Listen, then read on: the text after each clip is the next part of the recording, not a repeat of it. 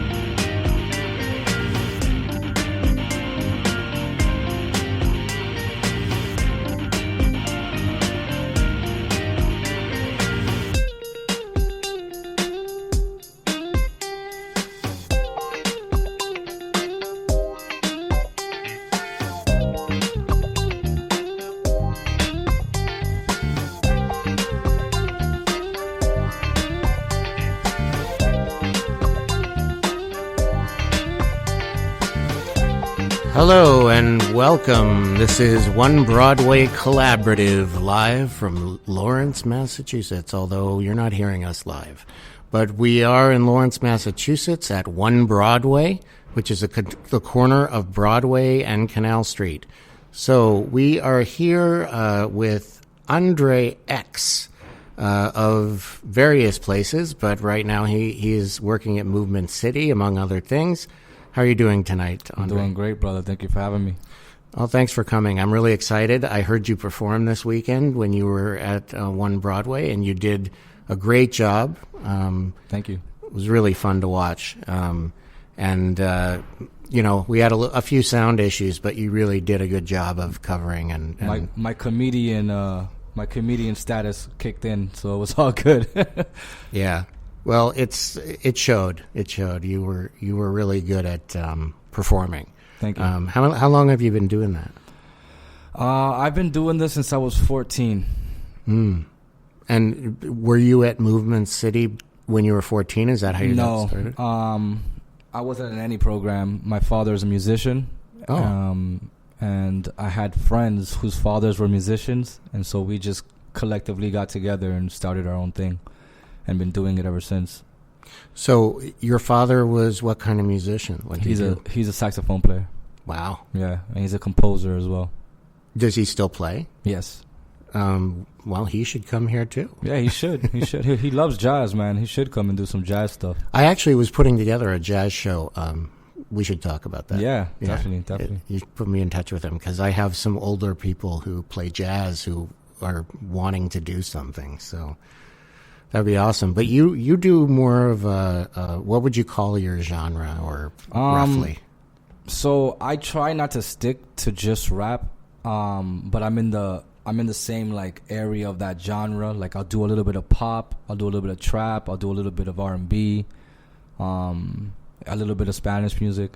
Mm-hmm. I just try to be like an eclectic artist. So where are you from? I'm from Lawrence, Massachusetts. Mm-hmm. Born and raised here. Been here for 35 years. I'm from Tower Hill. Okay. Yeah. And your family is what nationality? Were they Dominican? So I'm believe it or not, I'm part German. Oh, really? Yes, Puerto Rican and Dominican. My grandfather's Puerto Rican and German. Mm. Yeah. Well, mine's Polish and German, so I got that too. So when you were growing up, you were at Tower Hill, and was your father a working musician at the time? Was he always doing that? So my father works for the government, but before he became a police officer, he was a saxophone player for merengue bands and salsa bands all over New York. And then when he migrated over here, he had me, so he had to get a job, a real one. Yeah. So he became a cop, and he's been a cop ever since. He's still a cop now, very known in the city. Yeah. Yeah. But he still plays. Like, music is his first love, so he's always doing that.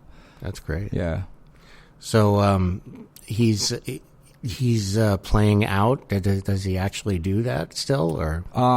Currently, I don't know what his musical venues are right now, but recently in the last recent years, he was doing a lot of churches.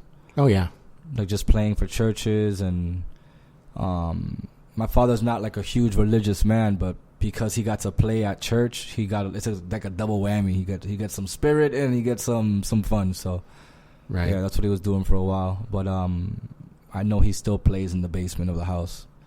Mm-hmm. Yeah, practices a lot.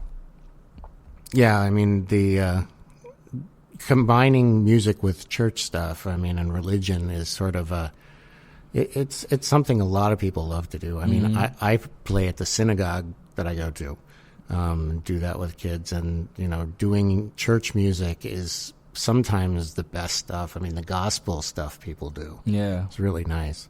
I think it's all on the energy, right? It's like there's nothing negative coming out of it. It's like all positive energy in your music, in what you're saying, and what you're moving. Mm-hmm. It's pretty cool. Yeah, we could use more of that in the world. Yes, we can. So, what did you go to school in Lawrence, like at the public system? I went to private school. Believe it or not. Oh, yeah? It was smacked in the middle of the hood, but I went to St. Mary's, Immaculate, right there on Haverhill Street, 2nd to 8th grade. Then high school, I went to Whittier in Haverhill, and learned a trade. Oh yeah, what'd you learn? Graphic design.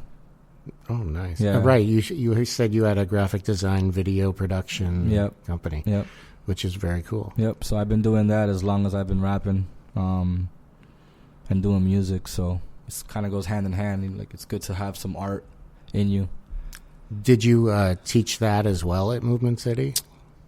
So what I do is I teach. I'm a performance coordinator on top of the music instructor. But what I do is I teach the kids how to do music production and everything that comes with it. So like how to set up a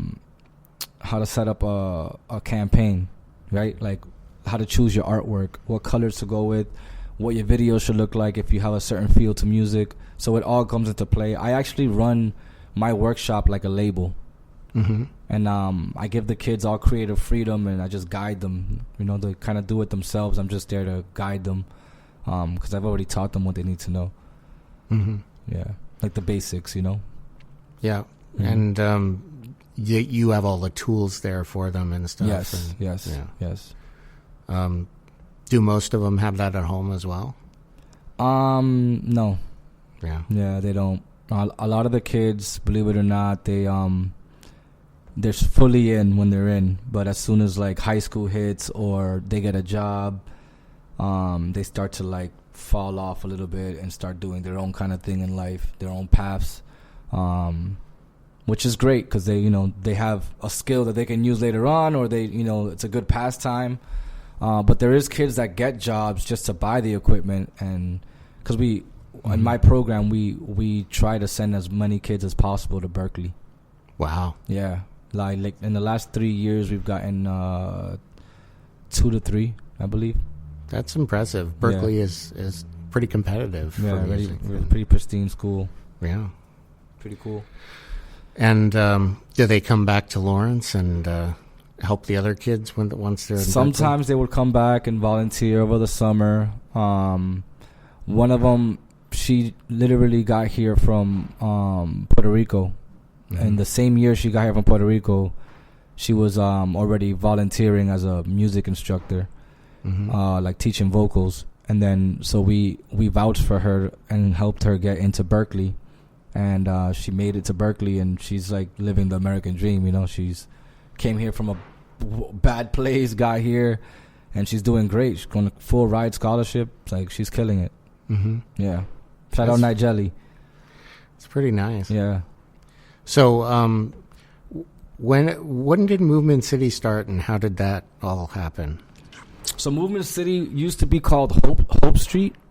Mm-hmm. It used to be on Island Street back in the day, and it was ran by a guy named Mikey, and he's actually, I believe, a director over at Berkeley now. Mm-hmm. And so that's how we got that connection. Then we switched over to Newberry Street. And it became a smaller program than it was before, and now we're just building it up again and trying to make it as good as it was. It's been there for a lot of years after Hope Street. So this is my 5th year in there. I love it. I love my job. Mm-hmm. Yeah. It sounds pretty awesome. Yeah, it is, man. It is. So, and you, how many kids do you help usually at Movement City at a time? Before COVID, my class was completely full, so I had about 13 to 14 kids, for both stations and zones. Stations means that they're still in grammar school, which will be like 5th grade to 8th grade. Then the zone members I have from like 13 years old or 14 years old all the way to 18, 19. And I had about 24 kids, but split. Now, after COVID, I have in total like 7. Yeah. So COVID's definitely slowed down the train, but we're still running, trying to run back on track and trying to get the kids back on board. We try to go digital, viral. Do everything through video. Like Zoom, and that didn't work out as much. Kids didn't have all the right equipment, so it was really hard to do stuff. But we're getting back to it slowly. We're getting more kids in there, which is so cool. They didn't get computers from schools or anything?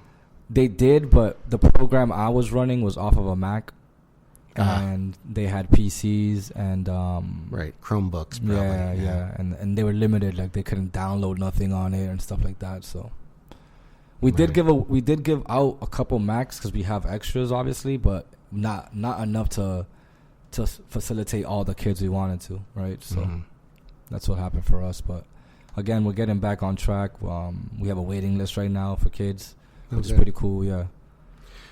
And what's the qualification for kids to get in? We advertise that we want kids that want to be creatives, that are interested enough that they're going to continue and be self-motivated. Because I can teach you as much as you want to learn, but only if you want to learn it. We don't want to make it like it's school, like we're going to drill you so you can learn something. It's either you want to do it or you don't. And we promote that like you have to, like, you're going to have to love what you want to do, otherwise you're not going to want to do it. And right. So everyone in my job that works, we all love what we do. We're not making $1 million a year, So we have to love what we do, and we just portray that to the kids as they come in, so they can understand that we're a creative space. We're here to create things, whether it's graphic design, whether it's dance, there's art, videography, photography, animation, and the music production. So cool. Yeah. Well, speaking of music, I'd like you to do a song, and you said you could do one live with some background track. So I'm going to cue that up here. Which one do you want to do? We could do Prezi. Prezi? Yeah. All right. So give me a second.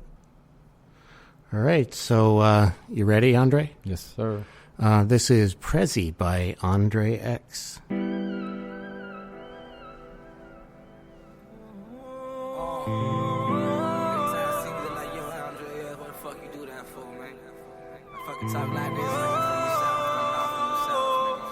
Oh yeah.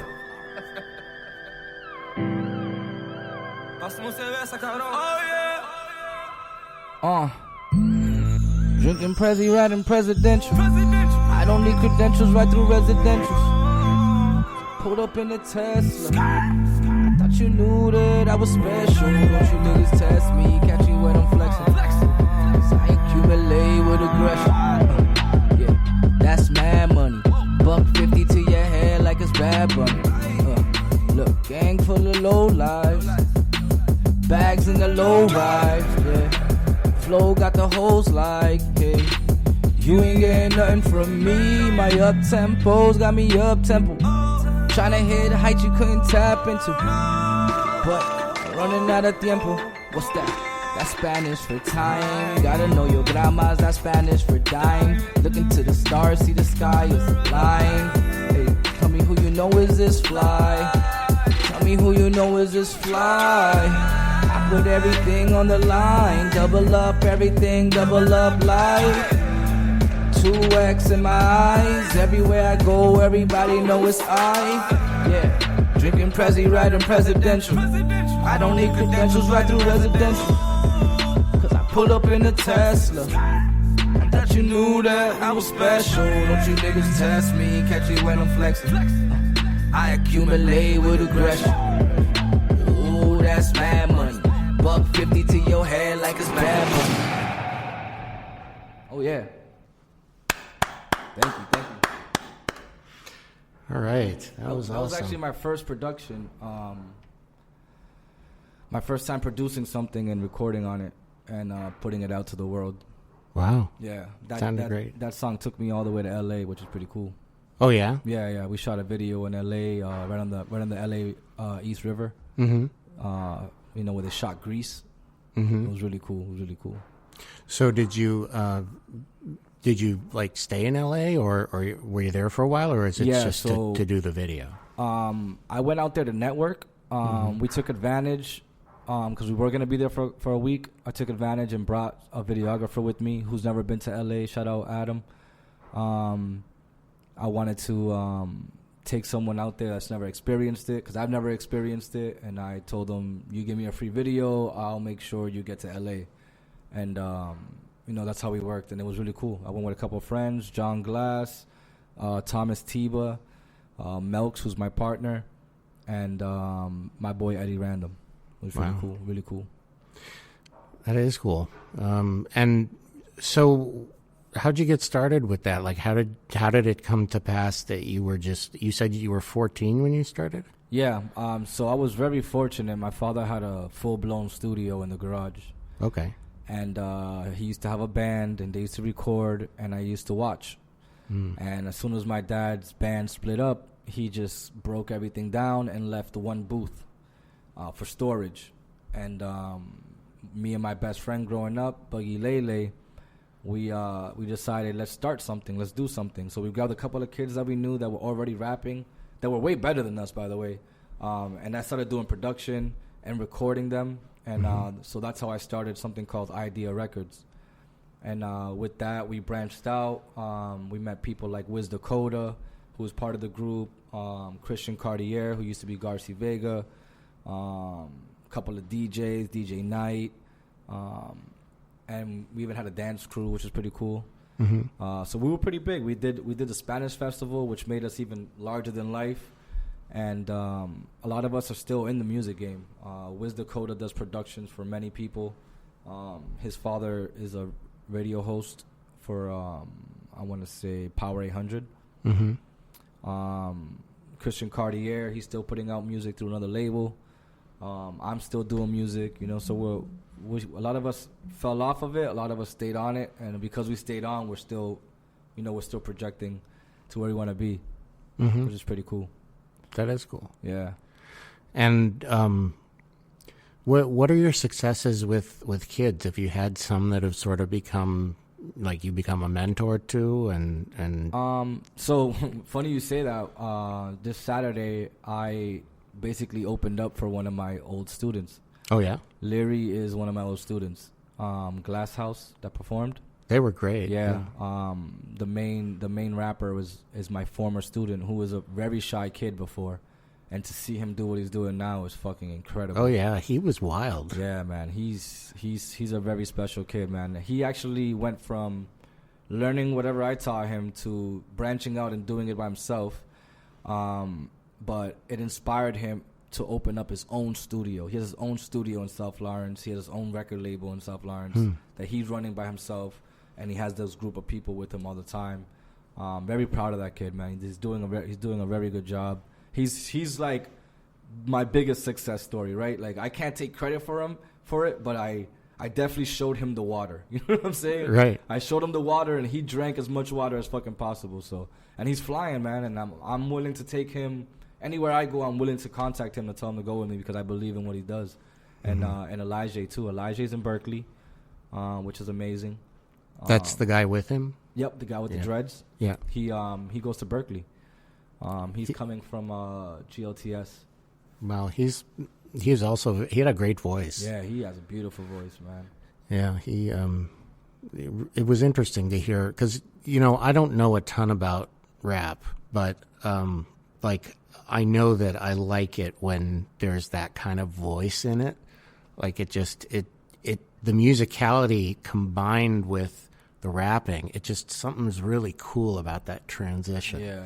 And even with MKF, Monkey Knife Fight, and Boss, I mean, that was really cool to me. That you have this music, this rock band, but then you come in with this rap, and I remember that from like Rage Against the Machine and some of those bands in the 90s. That was a whole genre before, and it's like it died down a little bit.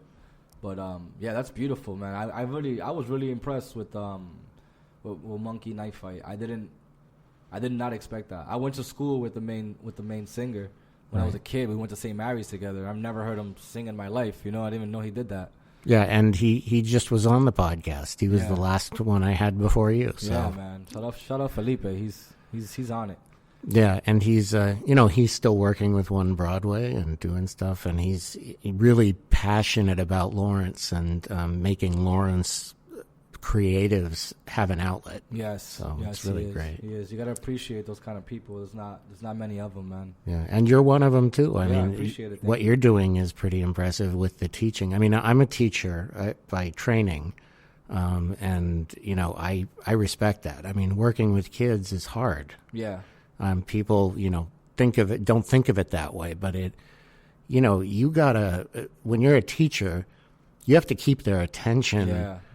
And they're a harder audience than any adults. Especially in this time, it's like their attention span is like squirrel, Right. It's so, that's my biggest challenge, is keeping them in the want. I want to learn. I want to keep going. I want to perform. I want to make beats.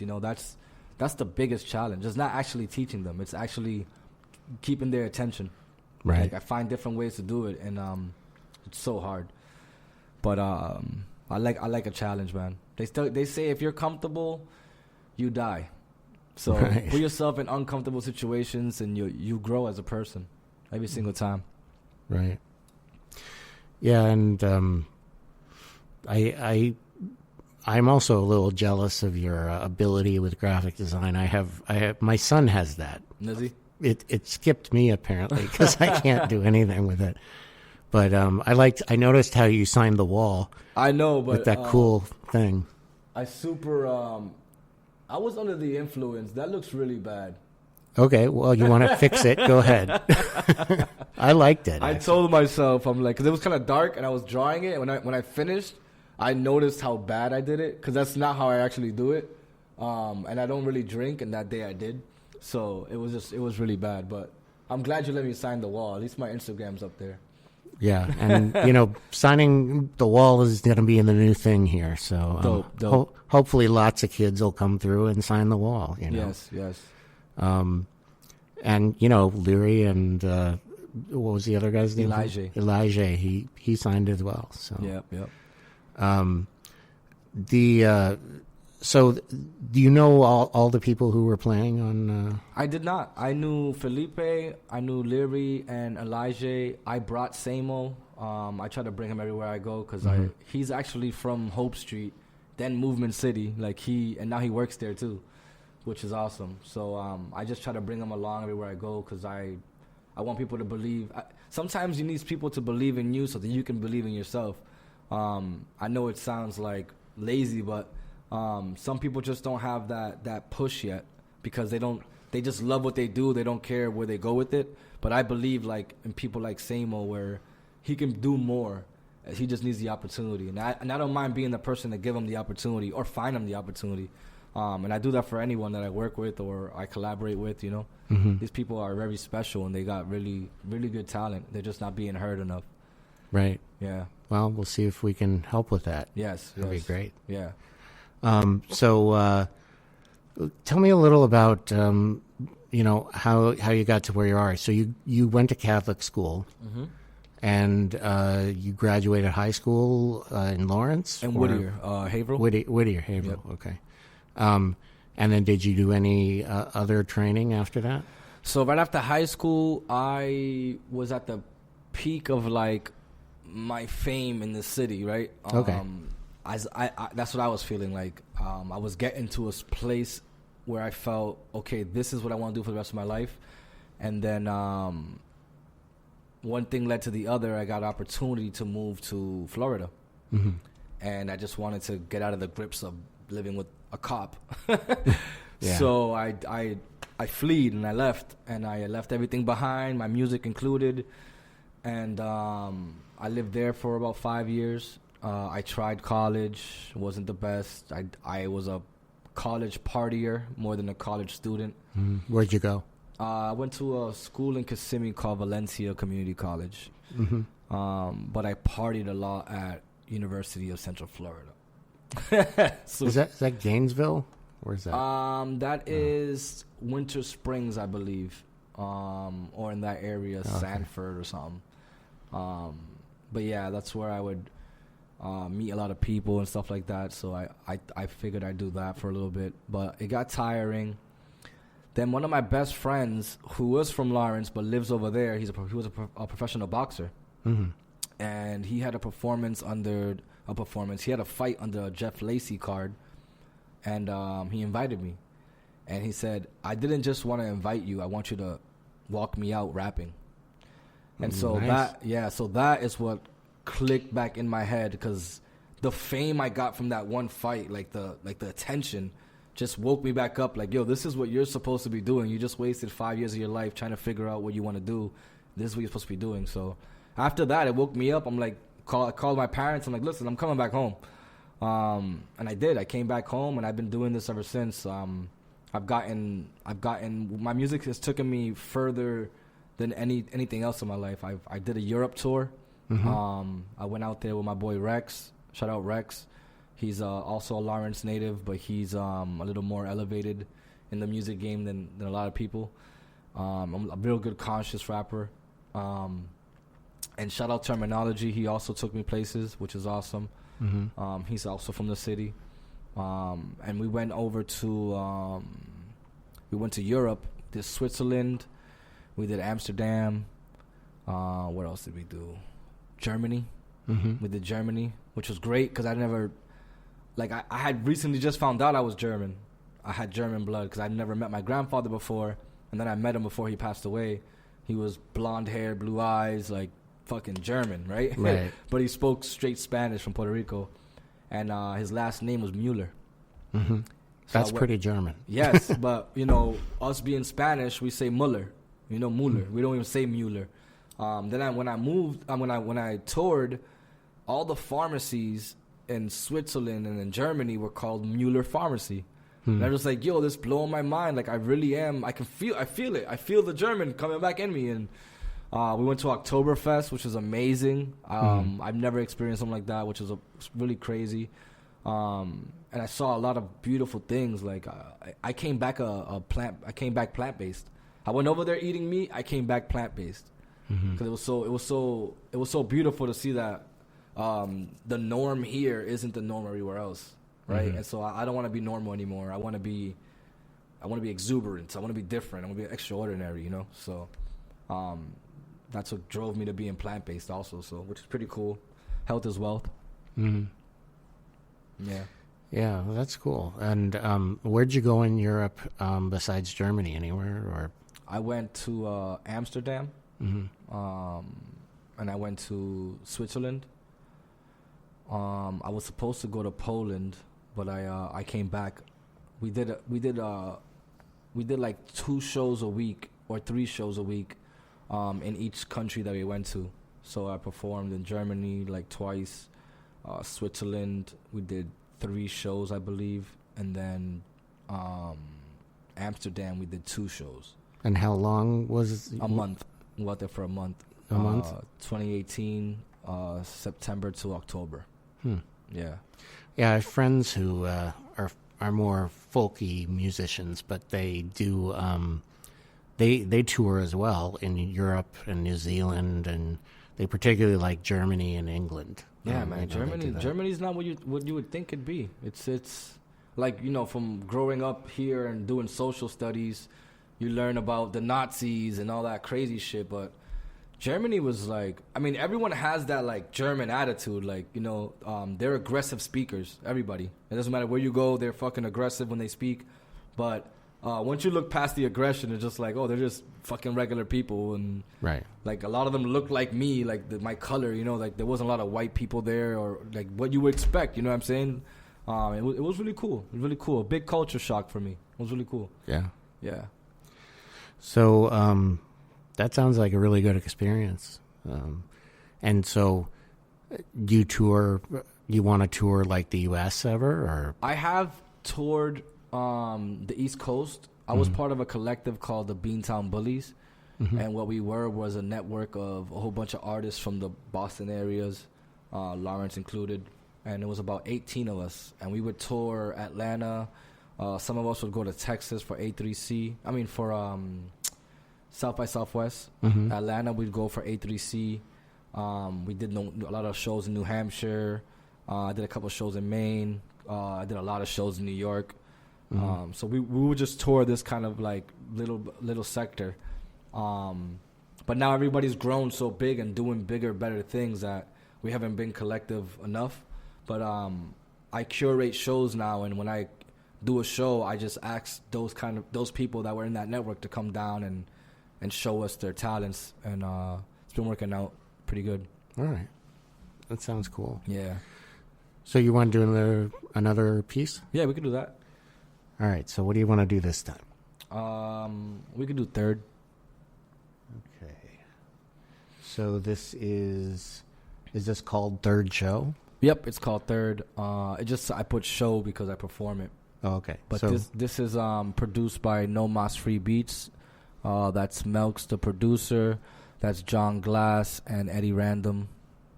all right. Well, here we go. You ready? Yep. I'm in 11 by Boris, peeking outside of the farm. I got trees in my woods, yeah, just like a forest. You can put me in any hood and watch me flourish, 'cause you gon' bear with me, or I turn your brain into porridge soup. Hey, sancocho your life, I need bizcocho and lights, shining bright on my nights. I've been waiting for this my whole life. Shouldn't be a crime just to get like this, but it took time just to drip like this. I take the top out, now I'm getting every dollar like a dropout. Copping everything, never cop out. I'm looking like a star when I hop out. I got the trap jumping like a trampoline, flexing, getting head, that's a guillotine. You know it's a when I hit the scene. Came from the mud, but my jewels shine like Mr. Clean. Hey, still got money in trash bags, that's misdemeanor.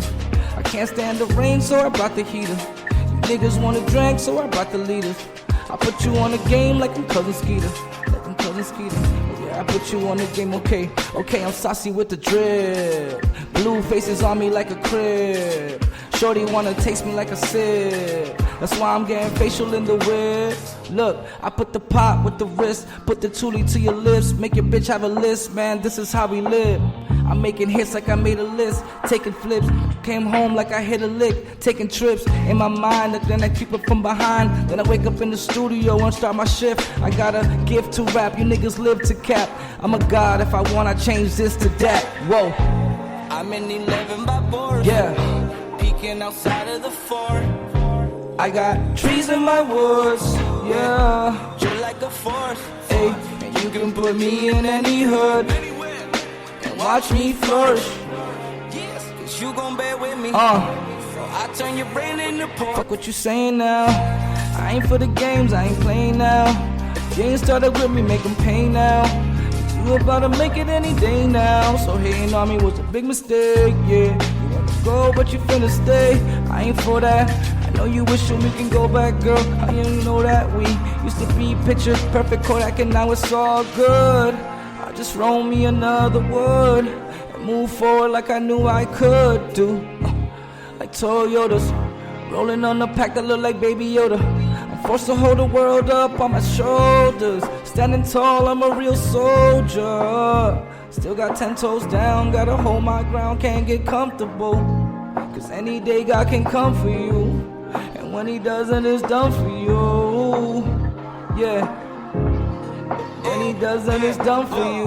Cause I'm in 11 by Boris, peeking outside of the farm.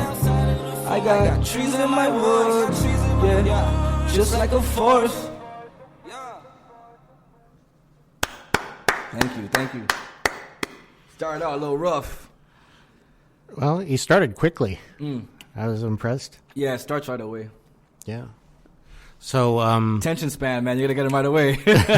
well, I asked if you were ready, so yeah, I hope I didn't jump in too soon.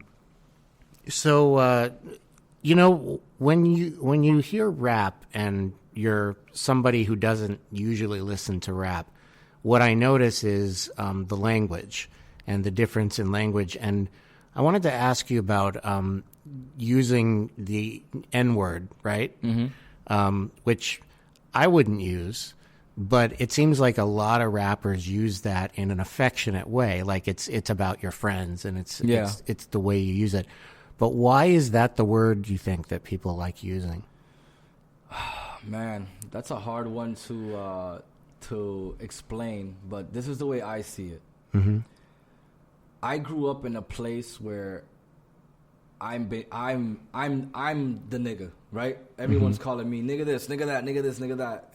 It's part of the culture I grew up in. I am not white. I am colored, right? Mm-hmm. And I'm Afro-Latino.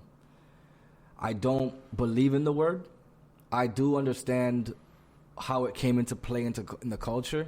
I actually, all my newer songs, I am not using that word a lot, right? So it took me a while to understand words are like spells, and what you say is like, it's like a manifestation, right? If I'm holding you to accountability to be a great person, I shouldn't be using derogatory words to bring you down. I actually stopped saying that word regularly. I use the word king now. I call everybody a king. Whether I like you or not, you're a king of your own world. I don't know what you do. I don't know who you are, but you're not in my world, so you must be a king of your world. Actually, that answers another question, because you texted me back. Yes. And you called me king. Yes. And I didn't know what that was. Yeah. And now that explains it. Yeah. So. It's like I said, words are like spells. So if I'm calling you a king, I'm showing you the utmost respect, right? Kings are powerful. Kings are rulers. Kings are leaders. Kings help people. Their intentions are supposed to be good, and so that's how I see it. I call everybody a king, or a queen, if they're a woman, and or if they're a man, if they be called queen, that's on them. Yeah. But yeah, that's how I see it now. So like, it's funny. I hang out with a whole bunch of like black activist guys, right? And I'm learning from them. I'm learning from them that the word nigga isn't something I should take advantage of, right? It should be something that I should be eliminating from my vocabulary. And slowly I am. And I'm replacing it with the word king. I don't want to call you a bro because to me that's just lazy. When you go, hey, what's up, bro? Hey, bro. For me, I think if I can change my mind to say the word king and replacing all these other words, I'm growing as a person. And hopefully the person I'm talking to can grow from it too. I like that. Yeah. I think that's a really nice sentiment. Yeah. I think that's cool. Being a teacher too is like, the kids in my class would rap and say, nigga this, nigga that, nigga this. And I tell them like, listen, I can't play this for the funders, right? I can't play this for the people that are going to be giving us grants. I can't play this on the radio. Otherwise, it keep be cutting off. Like, let's be more creative and fill in that space with something else, or change the line.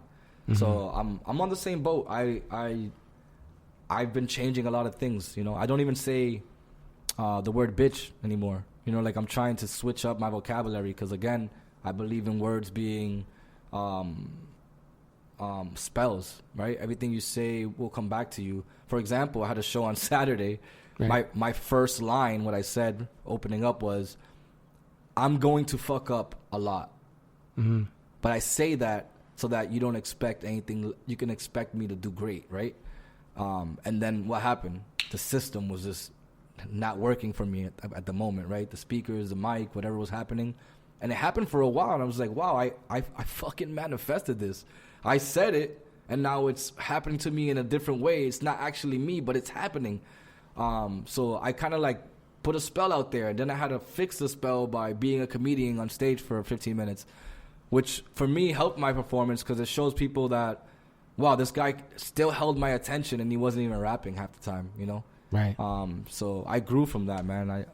I learned so much every day. I'm so grateful. Well, some of the best performers I've seen, they spend half the show talking, like about their life and the songs and their experiences. Mm-hmm.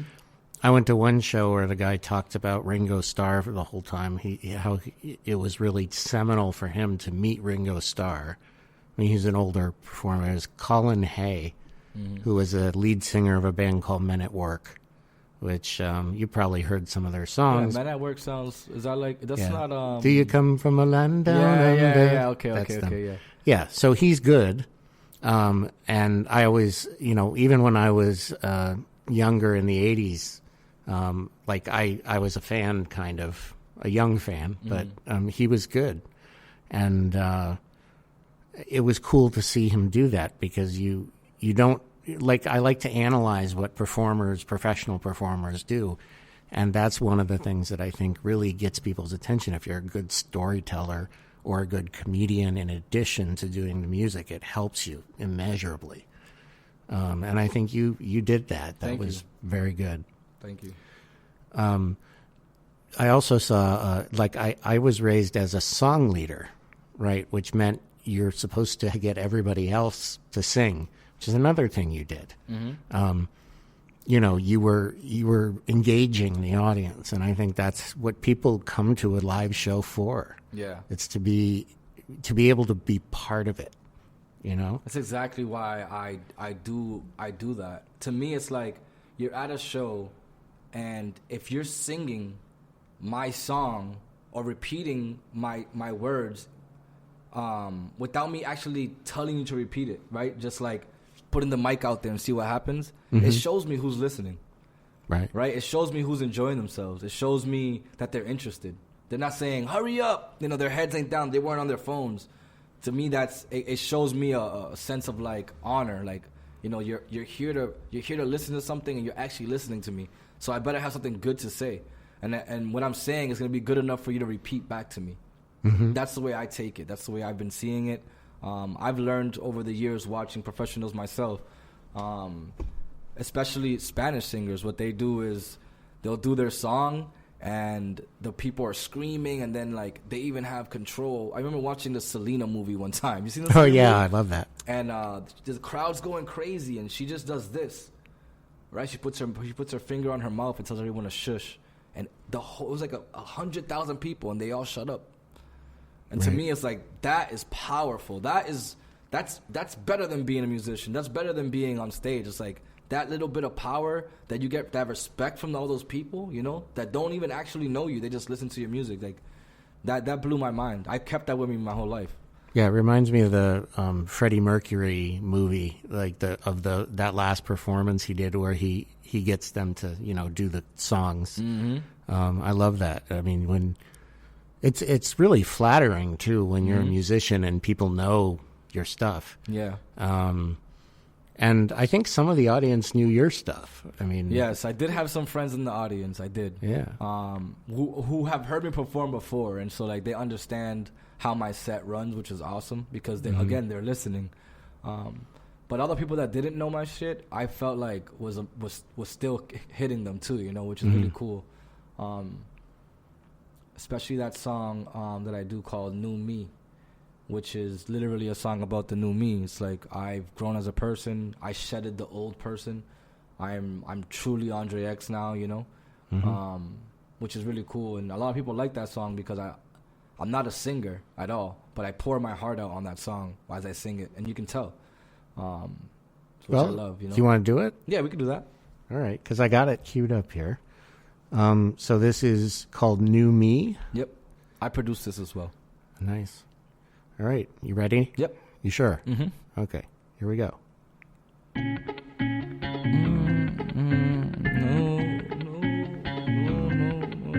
Hey, new me, yeah, I'm feeling kinda whole again. I feel my soul again. I think it's time I glow again. Yeah. Hey, new me, yeah, I'm feeling kinda whole again. I feel my soul again. I think it's time I glow again. Yeah. Hey, I've been looking for a better me. Cause tomorrow isn't promised, that's the fee. And you know tonight is not a guarantee. So free your mind, don't let your thoughts sit down for tea. No, don't let them sit down for tea. Next thing you know, they're gonna want something from me. Next thing you know, they're gonna want something to eat. But all they gonna get is all this energy. Hey, new me, yeah, I'm feeling kinda whole again. I feel my soul again.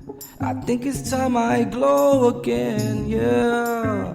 Hey, new me, yeah, I'm feeling kinda whole again.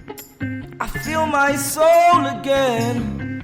I think it's time I glow again, yeah. I've been on the road, I've been on the go, I can't slow down. I've been wanna blow, I'm about to blow, I'm about to blow now. I wanna throw down, I want the throne now. I hear that life is a bitch, well I want the throne now. New me, new freezer, new life, you see it. Old me got lazy, new me got even. New me, yeah, I'm feeling kinda whole again. I feel my soul again.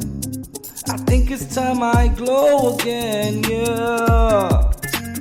Hey, new me, yeah, I'm feeling kinda whole again.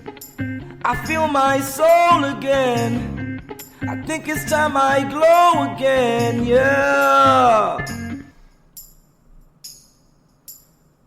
Thank you. Right.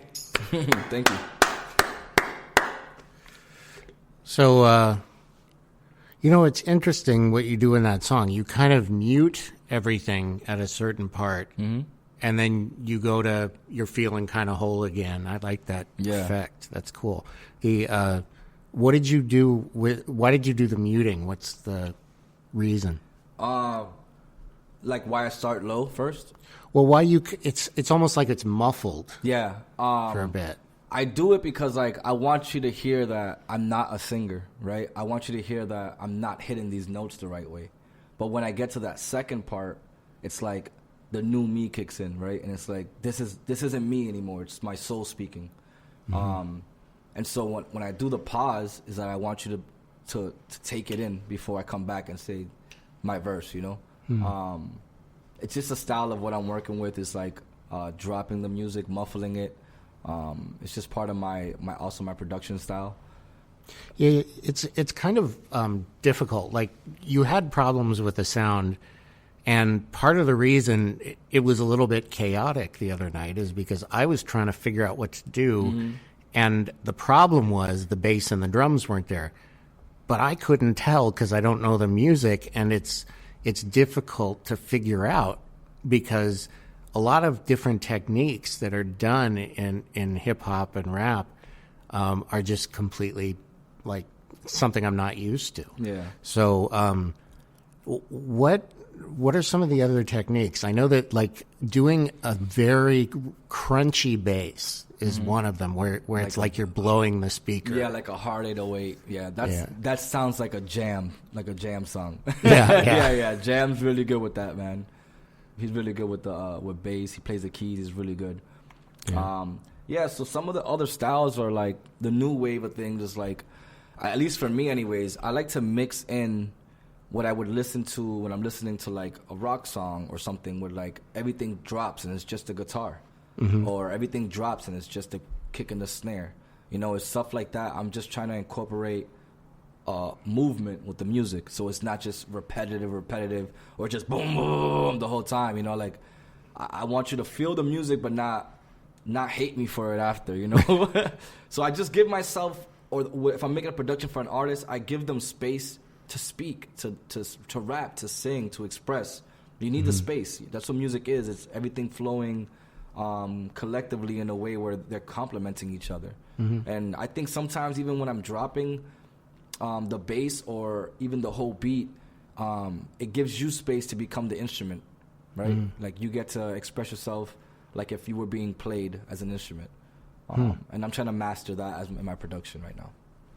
It's impressive. Thank you. What is the software you use for when you're doing production? I am an Advent Ableton Live DAW. That's what I use, the DAW. It's called Ableton Live. I'm on Ableton Live 10 right now. I thought that me and a couple of my friends were the only ones using it. But when I went on my Europe tour, everybody's using it. And it's a very unique tool and DAW to use while performing live because you can put your plugins on. It's just like having a mixer in front of you, but it's on the computer. And you can do all these plugins, and you can also make beats on it. And so that's what I've been using. I've been using it for, I want to say, 10 years now. Wow. Yeah.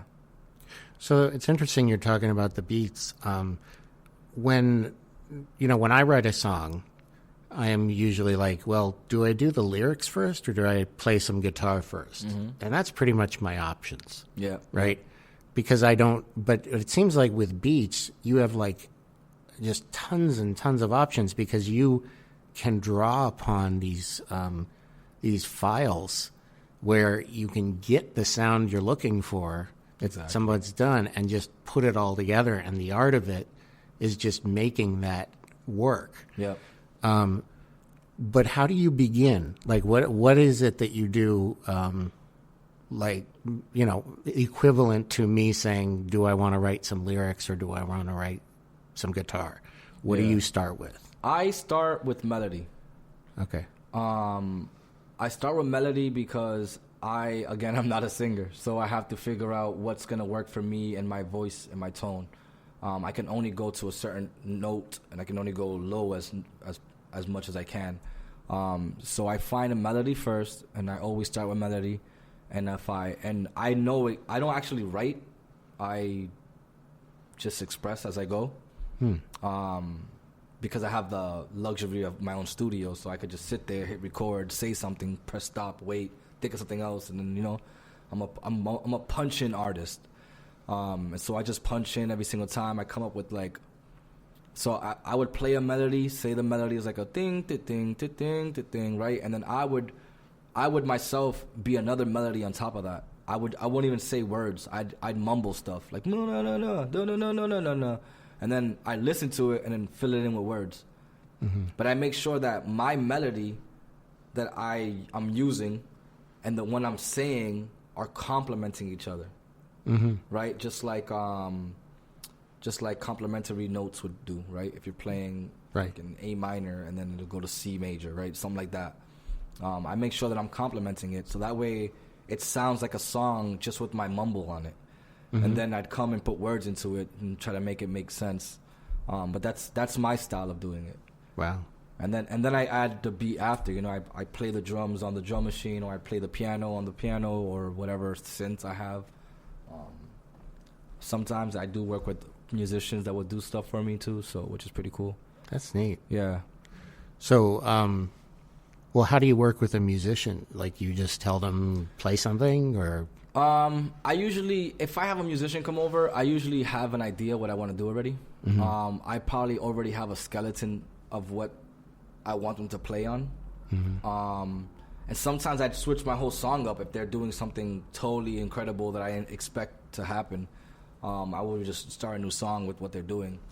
So that's how I work with musicians. I usually already have a plan before they come over, because I don't like wasting people's time. I don't want to tell you come over for a session and then we end up jamming. If you coming over to jam, then okay, let's have a jam session, and then we'll just freestyle stuff and do that. But if I'm asking you to come have a session with me, it's because you should know I already have an idea for what I want to do.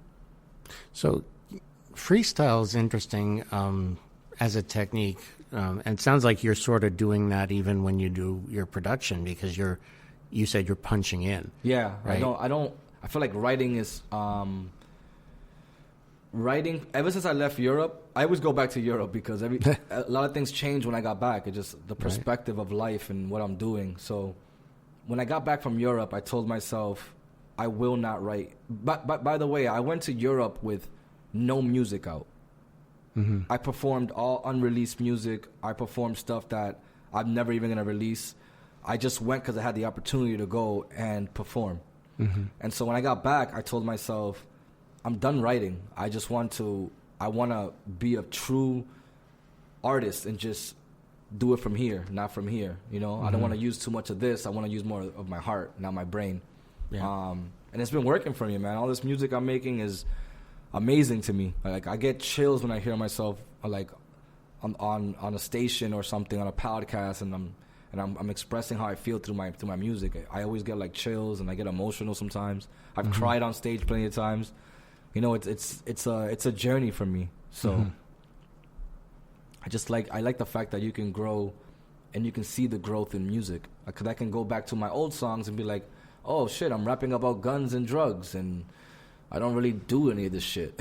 Right? I'm just going with the fad, and I'm just like, I want to express myself. I want to I want to use music the right way, right? If I'm going to be an influencer in music, then might as well influence some positivity or some insights of what life can be or how life can go, you know? Mm-hmm. My mom always told me, as soon as you realize your life isn't going to go how you want it to go, everything starts clicking, right? Like, maybe I wanted to be a firefighter. And I'm like, you know what? I'm probably never going to be a firefighter. And then, you know, it just starts clicking on what I should be doing. So I put a lot of that in my music. Yeah, it's interesting to listen to. I think you have some good hooks. Thank you. That I really like to listen to. Even hearing it the first time the other night was like catchy. I could hear it. Let's hear a different one. All right, what do you have? This is I think this will be the last one. It's called Too Many Times. This is also produced by No Mas Free. Okay, you ready? Yeah.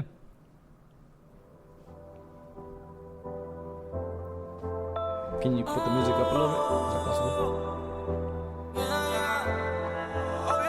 Hey, I got a lot of things I gotta think about.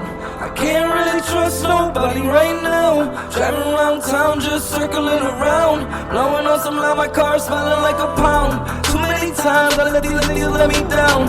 Too many times I let these bitches let me drown. That's too many times I end up paying all the costs. Too many times I need to focus, I've been lost. Hey, too many times, yeah, too many times, too many times, hey, I need to focus, I've been lost. Hey, look, these niggas love you, then they hate you. They don't remember all the times that you came through. When you was hungry, I made sure that I'm the one to blame. You know money make you change, but everything I made, I always split it with my day ones. Never let my niggas stand outside when the rain come. I remember showing up every time that the gang called. But as soon as the shit hit the fan, tell me who was there to lend me a hand. I found myself alone once again. I roll myself a blunt once again and smoke. Can't nobody fuck with my vibe, oh no. Look how I survive without you, I've grown. That's why every time you call, I don't pick up the phone, cause I know got a lot of things I gotta think about. I can't really trust nobody right now. Riding around town, just circling around. Blowing on some loud, my car smelling like a pound. Too many times I let these niggas let me down. Too many times I let these women let me drown. That's too many times I end up paying all the costs. Too many times I need to focus, I've been lost. Hey, too many times, yeah. Too many times, yeah. Wait, too many times. Look, I need to focus, I've been lost. I wish I had more time, there's not enough time on the clock to explain what's going on in my thoughts. But I told you I didn't really have the heart. I explained I couldn't do this from the start. She swear she gonna ride, swear she gonna ride. I knew from the beginning you're a fucking lie. And even though I knew, I still wanted to try. Cause I never been a quitter in my fucking life. Tell me who treated you better in your fucking life. What about the things that I sacrificed? No matter what I do, you're never satisfied. I'm not really mad at you, I'm really mad that I put myself through this again. I can't keep going through this again, oh no, cause I'm not losing again. No, I'm not losing again for sure, cause I got a lot of things I gotta think about. Can't really trust nobody right now. Riding around town, just circling around, blowing up some of my car, smelling like a pound. Too many times I let these niggas let me down. Too many times I let these niggas let me drown. Hey, too many times I end up paying on the cost. Too many times I need to focus, I've been lost. Hey, too many times, yeah. Too many times, hey, too many times. I'm talking too many times.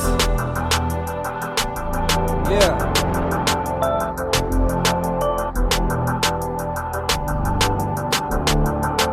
Too many times. Oh yeah. Yeah.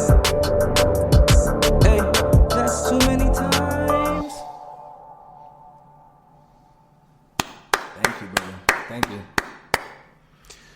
So, that was good. Thanks. Yeah, that's another one. That's one with a good hook. Yeah, I like that. I'm really big on making catchy, relatable hooks.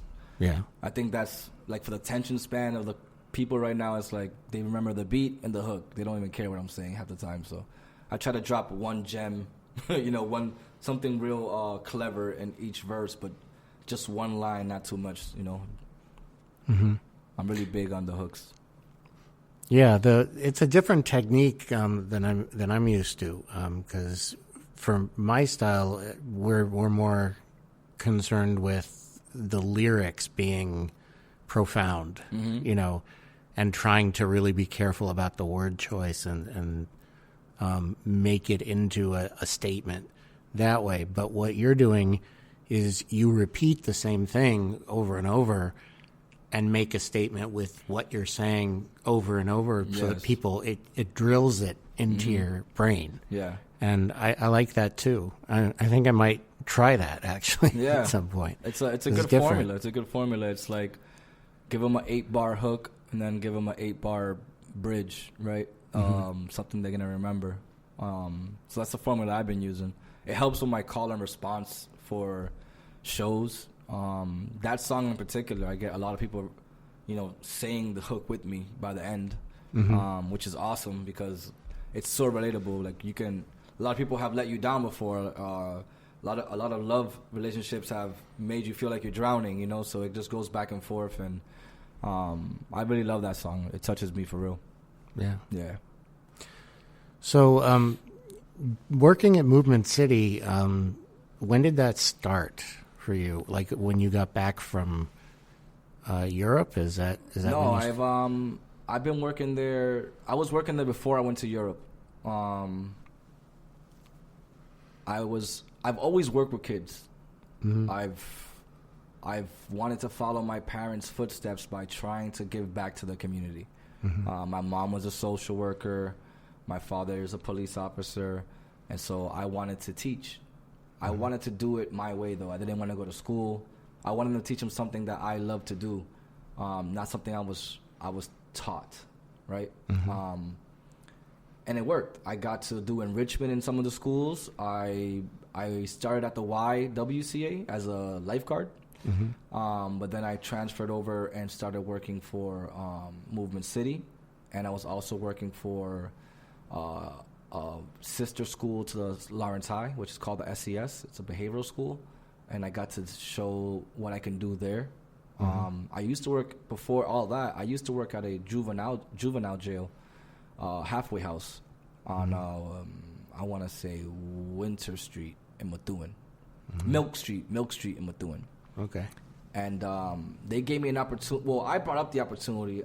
I asked them, look, these kids are stuck in this house all day. They can't go outside. Let me bring in my recording equipment, my old recording equipment from my dad's studio, and let me record them. Let me teach them how to rap so they can express themselves.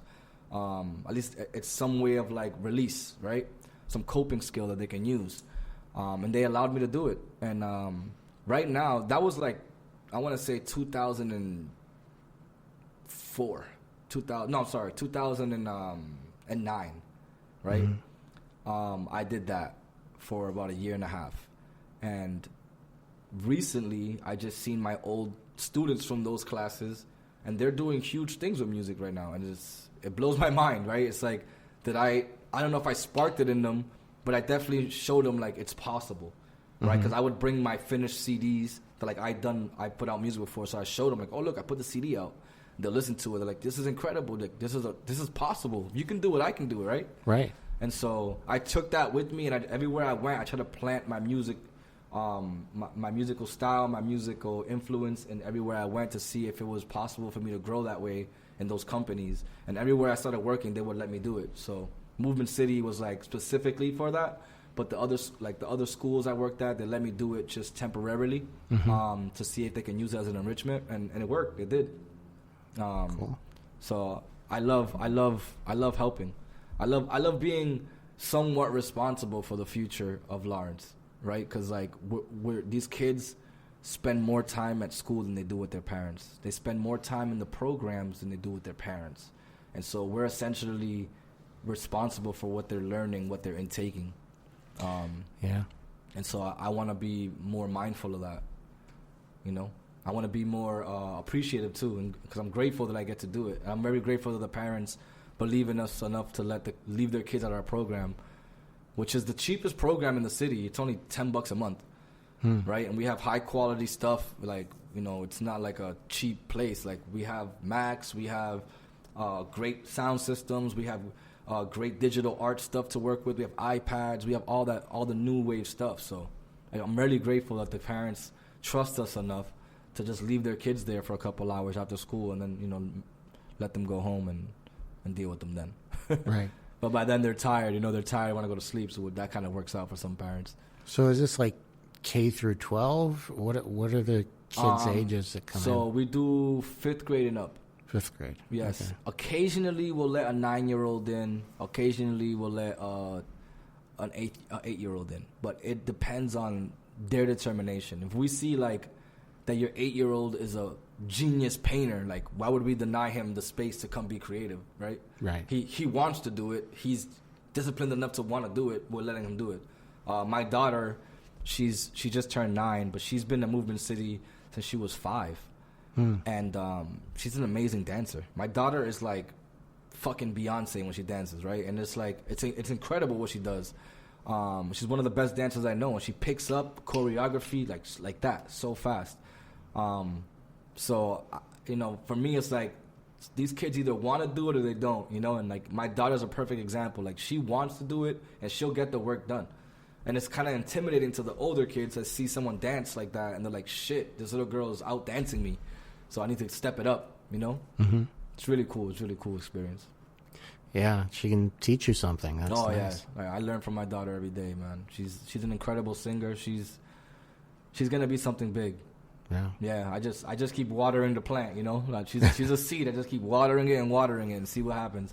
I don't force anything with her. A big thing I do as a parent is I don't push my kid in any direction. If I see they're going somewhere, then I'm helping them. I'm pushing them that way. But if she wants to curve and go this way, as long as it's a healthy curve, then I'm pushing her that way. I let her make her own decisions. She's 9.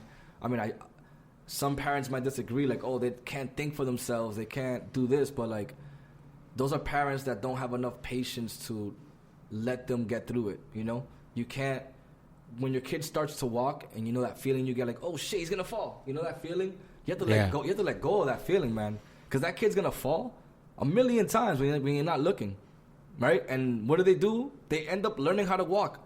It's just, it's inevitable. Right. So it's just like, that's my thing. It's like, I don't run behind my kids, even the kids I'm teaching. I don't run behind them waiting for them to fall so I can catch them. I let them fall right on their face.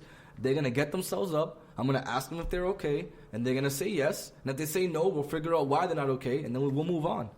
We have to let these kids make their own decisions in a healthy way. It's us as parents. Once our kids can start moving and eating by themselves, our job is done. The rest is really up to them.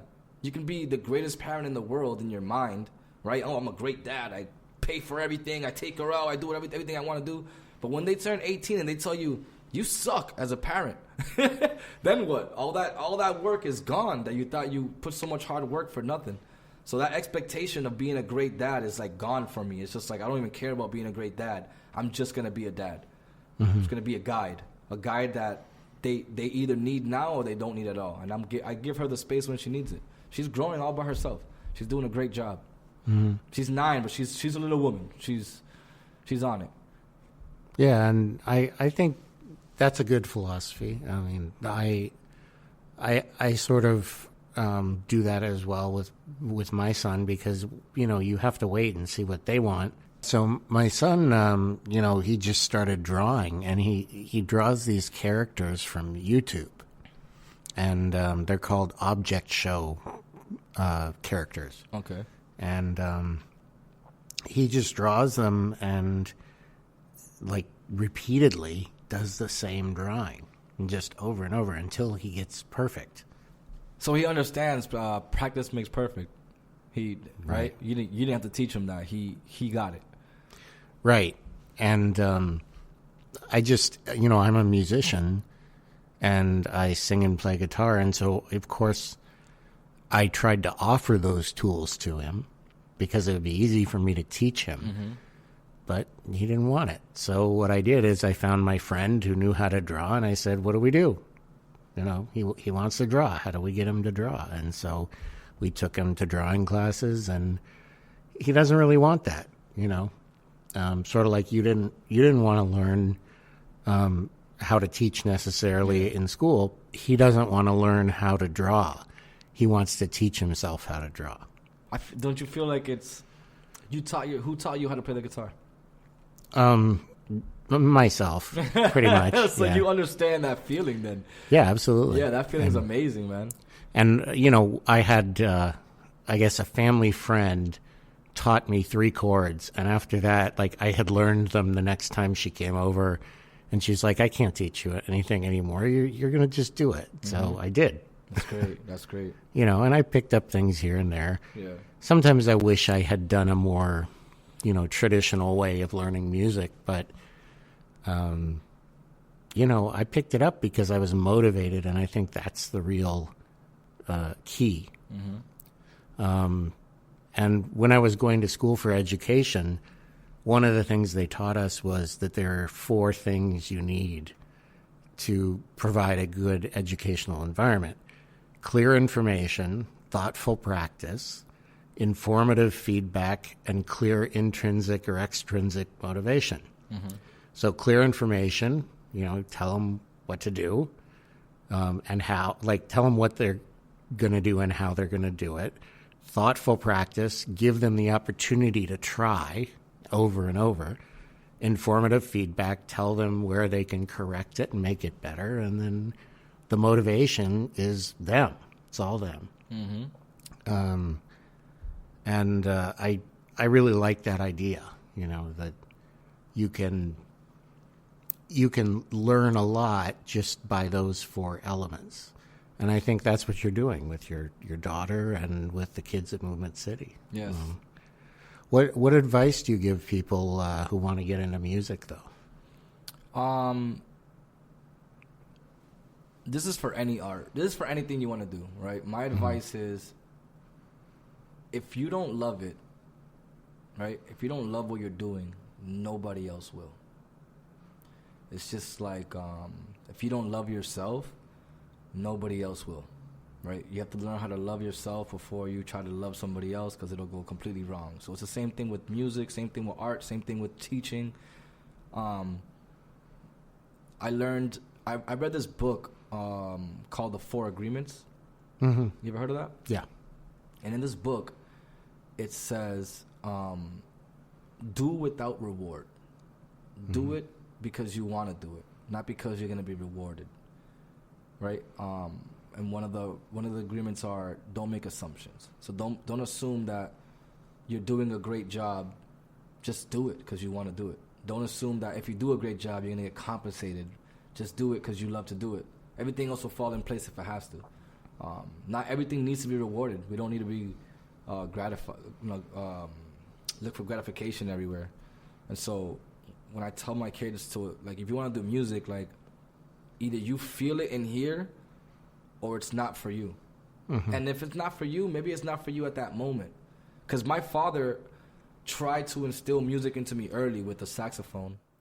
And I said, hells no, I'm not doing this. I didn't like the way the, what's it called? The beak, the thing you blow in.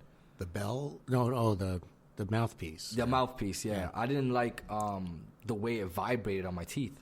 Oh, yeah. And so I told him, I don't want to do this. And on top of that, you're giving me attitude about, like when I don't get it. Because you expect me to get it because I'm your son, but I don't get it. I don't read notes. I don't understand that. I could play by ear, but not the saxophone, you know? So it's just like, that drew me away from, like, loving it. Then later on in life, where I saw where I fit with music somewhere, right? Because it's been in my life, my whole life. I just never understood where I'm going to fit. And then when I saw that writing was something I can actually do, or rapping or singing, whatever the case was, I grew to love it, right? And I love it so much that I don't care if I become a famous star or nothing. I do it because I love it. And it shows through my music that I love to do what I do. It shows through my performance that I love to do what I do. And so I try to instill that into anyone that has advice. that needs my advice about music, is that. It's if you don't love it, don't do it, because you're not going to love it. No one's going to love it unless you love it first, even if it's bad. There's so many bad artists out right now, but they love what they do, and it shows, and that's why they're big. Right. Because there's a lot of trash out there, but it's all perspective. Like, I might think it's trash, but the next man might think this is beautiful, right? So just love what you do, and the people will follow, always. Yeah. And what are your plans with your future? What else are you going to be working on? So right now, I just started a video company. It's a multimedia company, actually. We do graphic design, videos, commercials, jingles, whatever the multimedia universe needs. We're there to help you with your needs. It's called Marble Lab Films. It's ran by me and my partner, Melks. We actually lived on Marble Avenue growing up, so that's why it's called Marble Lab Films. And our third partner, his name is Pito. He was here taking pictures that day. He also lived on that block. And so we all just connected and started something. So that's what I've been working on recently. I just dropped the project in July. It's called Sex, Drugs, and Other Things. It's a 5-song EP. It's the first of a series with my boy Big Blizz from Malden, who I met in LA. And I also dropped a project last year called The Push, which we're about to revamp it and re-put it out again this December, which has the Too Many Times song on it, which has Third on it, and one other song. It's a 3-song EP. And I just been slowly working on, like, little things, productions here. I'm getting placements on TV. I'm getting placements on Instagram with some of my music and production. I'm getting placements on albums with my production and my hooks. So I'm just I'm branching out wherever it leads me. I'm not really forcing anything. I'm just letting it all happen. Again, I'm loving myself more, and the more I love myself, the more everything just lands where it needs to land. And wherever that is, I'm just happy I'm getting there. I have no expectations in life. Which is one of the agreements. I don't assume anything, or like I don't take anything personal. I keep my word impeccable, and I work my hardest, and I do my best everywhere I go. So that's all I'm doing, and anything else that happens in life, it just happens, and I'm grateful that I get to wake up and do it how I'm doing it. Right. Well, it's impressive that you made it happen. Yes. You know? So you don't want to do any other cuts? What else is on there? I'm sorry. We have Cutoff. Let Me Show You. I think I could do Cutoff as a last one. Okay. It's the one I stumble on the most, but let's see if I can get this through. All right. You ready? Yeah. All right, here we go. Hey, I live for me and now I'm lit. Woo! Just cop the bag and now my wrist on freeze. So many cuts, surprise my wrist don't bleed. All because I cut off everyone that don't believe in me. It ain't easy, but I had to do it. You never did it. How you gonna tell me how to do it? Sorry, I'm not easy influence. I live for me, my family, and the music. People get mad cause I depend on me, but I got hot, I got the flame on me. When I had bad days, people changed on me, yeah. Now I shine bright cause I got chains on. Ever since I got it, I've been on it, I've been road running. Ain't nobody gonna tell me nothing, now I'm on them. Tell a hater if he run up on me, I'ma show him. Wish he never did it. If he did, he better finish, cause I live for me and now I'm lit. Woo! Just got the bag and now my wrist don't freeze. So many cuts, surprise my wrist don't bleed. All because I cut off everyone that don't believe in me. Shit ain't easy, but I had to do it. You never did it. How you gonna tell me how to do it? Manipulate me, but sorry, I'm not easy. Yeah. Live for me, my family, look, and the music. I gotta get it on my own, I gotta do it for me. And for mine, focus I got on my goals. All of my goals became roles, all of my friends became foes. Cause I'm the one that they chose to hate on. Cause they know deep in their soul they can't do what I do. They can't go where I go cause it takes too much passion. And I'm tired of talking about it, gotta take the action. Everything that I'm saying, I'ma always make it happen. And I got too much energy for you to keep me trapped in. If you're talking about a race, then you know I overlapped them couple times around the world. And you still in the hood trapping, man, forget that. All that other shit is just a setback. I'm more about taking risks and more about the get back. And if you can't respect that, gotta move along. The more I think about it, we wasn't cool at all. You didn't think that I can pull it off. Look at me now, I never needed you at all. No, no, I live for me and now I'm lit. Woo! Just cop the bag and now my wrist on freeze. So many cuts, surprise the wrist don't bleed. All because I cut off everyone that don't believe in me. Shit ain't easy, but I had to do it. You never did it. How you gonna tell me how to do it? Manipulate me, but sorry, I'm not easy influence. I live for me, my family, and the music. Thank you. I also produced that one. Yeah, so do you produce other artists as well? Yes, I'm currently working with a cousin of mine called Zetavelli. I'm also working with my friend Rex. I produce on his album too. I have produced for other Beantown bullies that are in the network. So yeah, that's what I've been doing. I've also gotten some placements for like the NBA with my music, which is pretty cool. So that's my production history so far. I've only been doing production when I first started rapping at 14, I started with production because I had no other choice. I had nobody to do it. But I stopped doing that for years, and then I got back to it when I returned back from Europe. I really got back to it like hard. And I started getting placements and like getting on albums and credits here and there. And I fell in love with it. I think being able to express myself through the beat and the words is like huge for me. Mm-hmm. It's like a double whammy for me. So I'm taking it. That's great. Yeah. So, you got anything else to add about your future and career, or shout outs to anybody? I definitely want to shout out the film company at Marble Lab Films on IG. I want to give a big shout out to my boy Short Fuse, who just dropped an album. He'll be performing with me, performing for us at the Spicket River Brewery on November 13th, as well as Q Major, Rosewood Bape. I got Queen showing up, Evelyn Blush. I have Mr. PSA, who's going to be hosting, and I also have my boy H Blanco, who has like completely revived his life. He almost died during a motorcycle accident. Oh, wow. And he was in a coma, and he came out the coma, and now he's doing music again, and he's killing it. So he has a new chance at life, so I'm going to give a big shout-out to him. I want to give a big shout-out to my mentors, Rex and Terminology, my homeboy Melks, who's been riding with me since day one. I want to give a big shout-out to my daughters, Amaya Reese. I want to give a big shout-out to Movement City because they're letting me be a part of something great. And a big shout out to One Broadway Collaborative, man. This space is amazing. I love all the paintings on the wall. The wall's full of chocolate. It's awesome. I love it. Yeah. Oh, and a big shout out to Felipe, man. Monkey Knife Fight. They're incredible. They're doing really good things. I'm really proud of what he's doing and how he's helping the community. Very inspirational. Yeah. So thank you very much for coming on. Thank you. One more thing is, do you have a website or Instagram personal stuff that you want people to follow? Yes, my Instagram is at whoisandrex.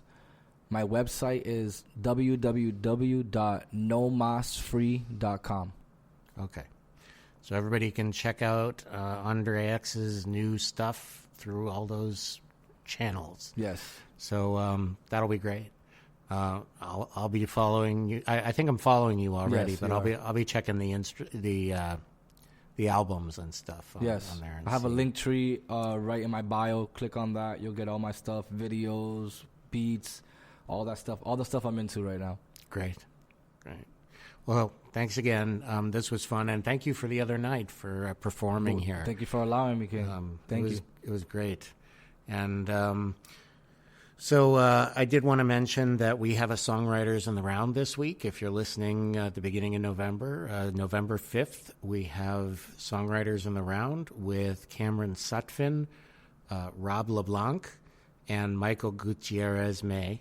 And they're all going to be here doing Songwriters in the Round, which is one song each for 7 rounds. And that's happening every week, every Friday night.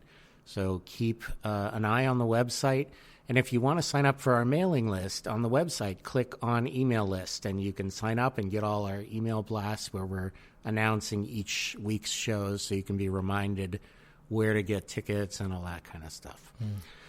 So thanks again to Andre X, and thank you to everybody who's involved in One Broadway Collaborative, and have an awesome and very fulfilling week.